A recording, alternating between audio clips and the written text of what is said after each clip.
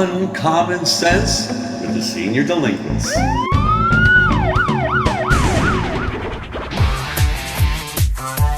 Welcome to Transistor Radio, where AM is definitely switching to FM. Fabulous! Fabulous! I'm Nick. Oh, and I'm Chuck. And we have exciting news for the trans community. More groups are switching every day. Let's see what we have. I'll start. Vegans. They call themselves transplants. Oh, sounds yummy. Here's a group of ex-priests from monasteries that want to be nuns. Transmission. Holy moly! Do you like kink? S&M? Well, you can bond with transdisciplinary. And last but not least, to keep our community growing in the future, if you want to start a family, what's a better way than transparency? Well, good luck with that. Oh, don't be so pessimistic.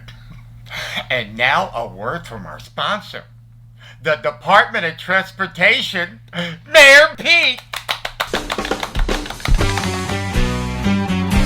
You know, nothing exceeds like excess, especially in the American culture today. That's the theme of this show, Overexposure. Welcome in, everybody, to another edition of Uncommon Sense with the Senior Delinquents. I'm Dennis Silvers here in Las Vegas, along with my great co-host, Mr. Jamie McWilliams in beautiful Tampa, Florida.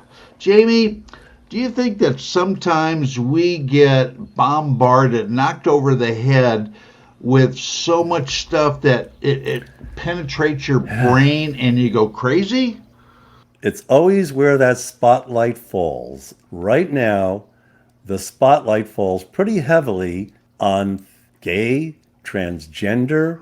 If you look at television, and if you look at especially the streaming services and see how much is dominated, for instance, drag queens, drag me to dinner, party planning, just what you want to have, party planning for drag queens, Queen of the Universe, all the shows like American Idol. Well, that's their show for drag queens. What would be your theme song if you appeared on that? Boy, that's a good one. That is a good one. The only thing I could relate to drag is like drag racing. I used to go to that when I was a kid. That's it. That's all I think about. Well, maybe here's a suggestion. Maybe I enjoy being a girl. Well, anyway, and now also one of the streaming services has a documentary coming up. It's called The Stroll. It's a documentary on transgender sex workers. It's just, in terms of proportionality, a little bit out of whack. Yeah. And even the letter designations and symbols that just keep changing and adding. L, G, B, T, plus, minus. Now, I've seen plus. Maybe the minus is for people that want to go back the way they were.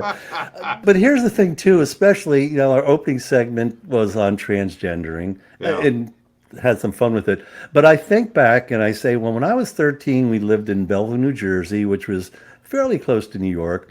And I thought, with a friend of mine, it'd be a real fun and good idea to bicycle across the river to New York City, going across the George Washington Bridge.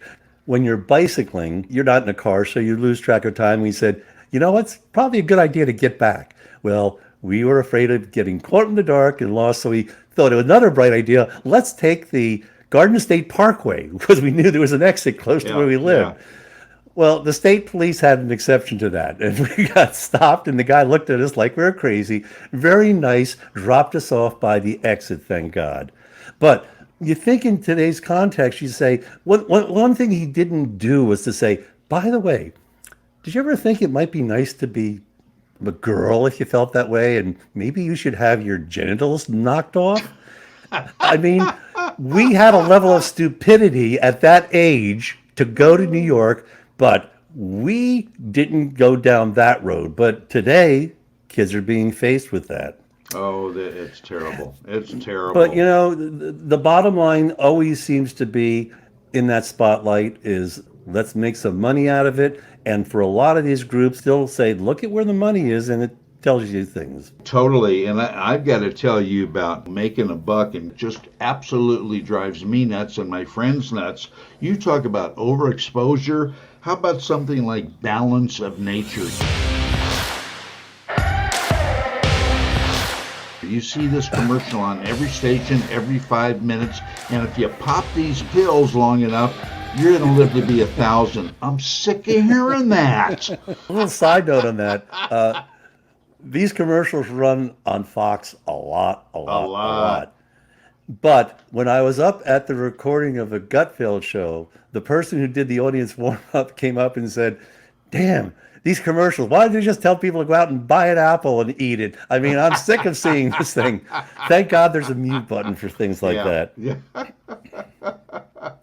You're right. When you talk about commercials too, I think it's interesting that when you look back, I was involved with some of the very first modern day infomercials. Well, interesting. When I lived in the Philadelphia area, a friend of mine who had a colleague who we ended up working with on numerous occasions put together a studio package in the Philadelphia area, and he actually produced the first infomercial that went nationally. Wow. And this was in 1984, and it was kind of a nerdy guy selling this plan, a real estate home study insurance plan. Really exciting. Then they didn't call them infomercials, they called them direct response. Everything's got to have a name. But it evolved into the infomercial industry, and it's grown and grown and grown. And I actually was involved in maybe the third or fourth of those first. I was hired to write them. So one was on the Franklin Mint collectibles. Other was on an artist who was very popular at that time, Peter Max, if you remember him, had kind of the psychedelic, colorful type of things. And little did we know that from that first commercial, which at that time grossed $60 million, that this industry would grow and evolve, and it's still with us today. Incredible. That is absolutely incredible. It just, that's the American way. Like you said, just squeeze everything you can out of whatever, no matter if it drives you crazy. Another good example, the My Pillow guy, Mike Lindell. In this economy, you get the best gifts ever for the best prices ever. He is on every 2 minutes, especially on Fox, and I've heard from people that have bought his pillow, Jamie, they can't even get a good night's sleep. Why? Because they constantly think of this guy in their dreams and they wake up. Overexposure. Yeah. This is Jake, young man interested in one of my daughters. Sir, that's me, shooting the cap and trade bill.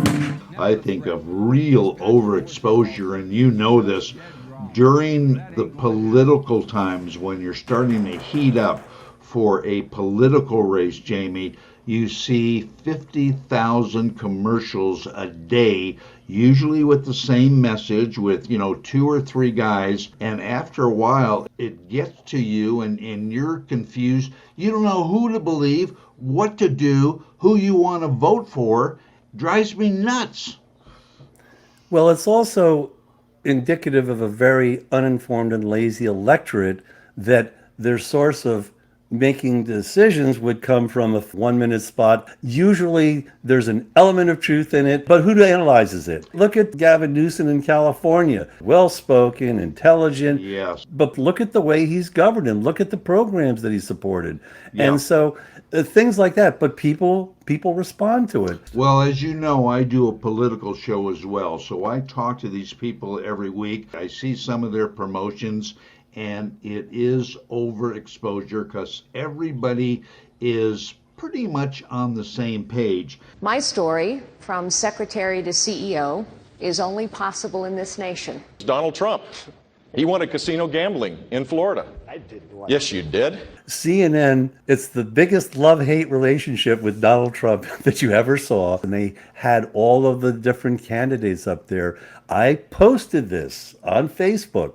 I said, Donald Trump should drop out of this race for the nomination and revitalize The Apprentice. And this would be the presidential candidate apprentice. And each week, he'd eliminate one of the other contenders. And now, in retrospect, I thought, wow, could you imagine the incredible build-up and the hype for the finale of this? My God. And what would have been really great would have to say, okay, I made my decision. It's me. You're fired. Go. You're fired. You're fired. You're fired. He fired everybody but himself. Overexposure, and I know you talked about this, about the movies. One of your favorite guys.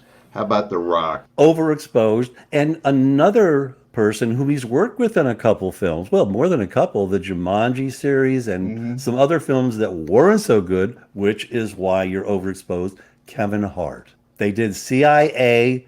I do not want to do this. You are not my wife. It wasn't bad, but you reach a point where the films are too much alike. The Marvel series.